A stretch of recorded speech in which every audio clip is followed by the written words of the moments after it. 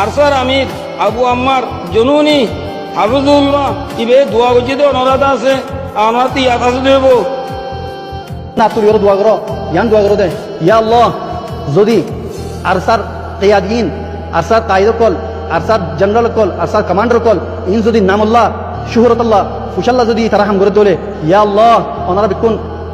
ইয়ান মাঝে গবা দেখো ইয়া আল্লাহ আর রোহিঙ্গা কওমর দোয়া লইরে